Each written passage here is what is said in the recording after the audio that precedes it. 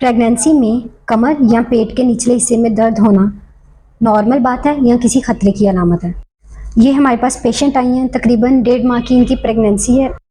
इनकी कंप्लेन है कि जब से इनको प्रेगनेंसी हुई है तब से पेट और कमर के निचले हिस्से में इनको शदीद दर्द होता है। जब इनका स्कैन किया तो पता लगा कि अंदर सैक तो बना है लेकिन बच्चा नहीं नज़र आ रहा और ना ही बच्चे के दिल की धड़कन आई है। बहुत से लोगों का कंसर्न होता है कि प्रेगनेंसी में बेबी की हार्ट बीट कब आना शुरू होती है। इसके बारे में हम नेक्स्ट वीडियो में बात करेंगे।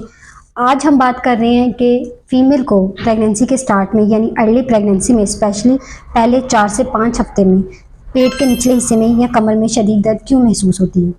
प्रेगनेंसी का सबसे पहला सिम्टम पीरियड्स मिस होने के बाद जो आपको महसूस होता है वो है पेट के निचले हिस्से में दर्द होना।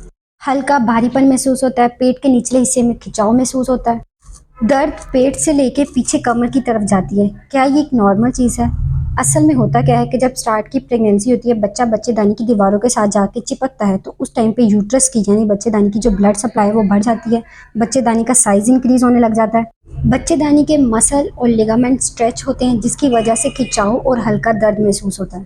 तो ये एक नॉर्मल कंडीशन है। अर्ली प्रेगनेंसी में अमूमन औरतों को पेट के निचले हिस्से में हल्की सी दर्द रहती है, लेकिन अगर इस दर्द के साथ आपको स्पॉटिंग या फ्रेश ब्लड आ रहा है, साथ में क्लॉट्स आ रहे हैं, तो इस कंडीशन में फौरी आपने अपने डॉक्टर से कंसल्ट करना है।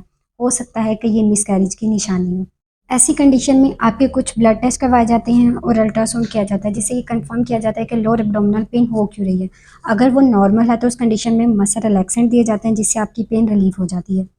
अगर आप इससे रिलेटेड डिटेल में वीडियो देखना चाहते हैं तो वो मैंने अपने यूट्यूब चैनल पे अपलोड किया, वहाँ से जाके देख सकते हैं। मिलते हैं नेक्स्ट वीडियो में, तब तक अपना ख्याल रखें। अल्लाह हाफ़िज़।